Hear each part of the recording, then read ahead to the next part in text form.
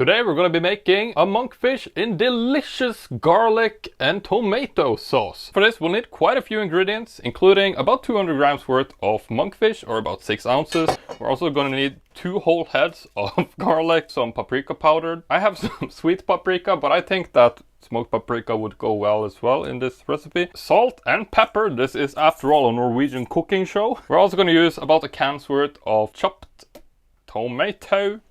And olive oil, of course, is extra virgin to suit my style. On the side, I just made 2 baguettes, but I think that potato wedges would go great with this as well, or anything else that you like on the side of your fish. First of all, we need to get to chopping here, so we're going to chop up all these garlic, so that's gonna take a while. All right, so since we're cleaning so many garlics here, I figured I'd show you one of my favorite ways to do it. So first thing is going to be to smash them like this. If you smash them first, you'll find that it is a lot easier to take them out of the shells. Also, it does release more taste from the garlic. So let me just clean up all these garlics here. We are ready to finally mince up this garlic. And our next step is going to be to heat up our pan. Now we're not going to heat it up very much. I'm going to for a pretty low temperature here. And we're going to add in about a 1/4 cup or 4 tablespoons worth of extra virgin olive oil here. And I'm going to toss all my garlic onto here. So this is going to sit here for about 15 minutes or so.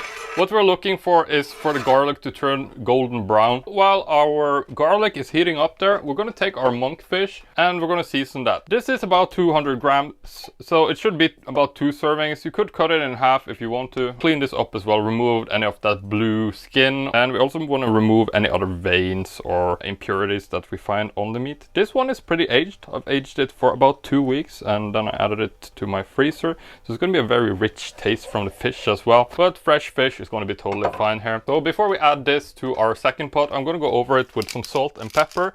Now this is up to you. I just like to give them a little bit of a sprinkling here ahead of time. Not too much, not too little. So yeah, I mean that's not saying much, but and with our garlic here in the background, we're gonna add a second pot. So a second skillet would probably be ideal, but I only have one, so I'm gonna use this tiny pot. Now I'm gonna turn the heat up here to about medium high heat, and I'm gonna add the remainder of our olive oil, so about 3 tablespoons worth here. It's just gonna be enough so that we can fry our fish on it for a couple of minutes. All right, so we're ready to add our steaks here to the pan. So I'm gonna add them in here for about 4 minutes in total. So we're gonna do 2 minutes on each side. About 1 inch, 2 inches thickness is as far as you want to go in the thickness of these monkfish. Cook them through in about 2 to 4 minutes. So these are a little over 1 inch, so I think 2 minutes on each side should be good. In the meanwhile, I'm gonna turn on our oven. The idea is that we're going to be grilling the monkfish after we're done frying it here. So 2 minutes on each side and then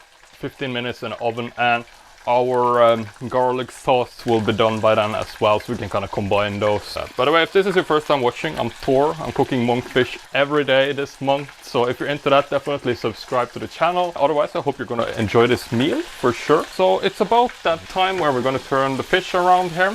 Alright, so I have gone ahead and found some parchment paper, and I'm just adding it to my oven rack. So I'm going to turn our plate here off for the monkfish, and we're going to remove those from the heat, and we're going to place them on our parchment paper here, and this goes directly into the oven. Now I'm going to take the remainder of the sauce here. As you can imagine, there is a lot of delicious taste here. I'm just going to add it onto the plate here with the garlic. Monkfish is going into the oven. I'm also doing pretty high temperature, 400 Fahrenheit or about 200 Celsius. All right, so our garlic is looking nice and golden here. Beautiful, especially the properly cut pieces.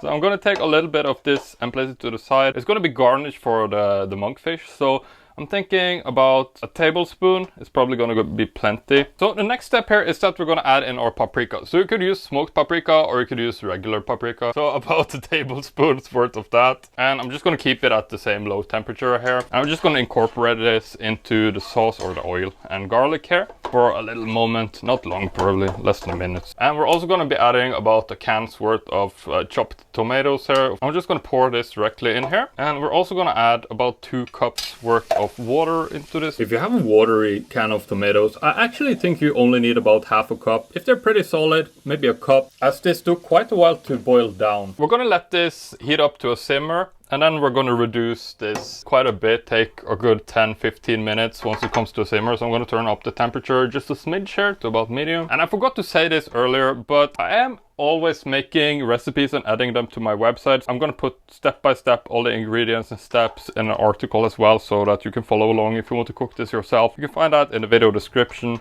Kind of working on a cookbook for Monkfish, which should be pretty cool. Finally starting to reduce a little bit. We're also gonna pop in a little bit of pepper into this mixture. I like it a little bit salty, so I'm also gonna pop in some of that salt in here. The goal is that it's not gonna be watery anymore, so started off with a couple of cups worth here. We're probably gonna reduce it down to about half, maybe even more than half than what it was originally. So it's already been 10 minutes here, so I'm gonna give it a little bit more time, and then we'll plate this. All right, so our tomato garlic sauce looks about done here. So I'm gonna turn off the plate. As you can see, it's getting nice and thick, and we're ready to plate the rest of the fish as well. So I'm gonna bring that out of the oven here. This looks delicious. Now let's give it a little bit of a taste test here, as we like to do in this series. If you like garlic, this is gonna be delicious. My mouth is already literally watering here. Okay, cheers guys. That is fantastic. I love that. It's really rich, full of garlic. The fish is perfectly soft. It's not as crispy as I was expecting, but still super good. That's fantastic combination here. And I think this is perfect for dipping with some bread here as well. Tomorrow we're gonna have a look at even more monkfish, as you probably expected. Gonna add recipe in the video description as always. Check out tomorrow's video here if you're interested. I'm gonna enjoy this poor man's lobster now. Thanks for watching this one. See you in the next one.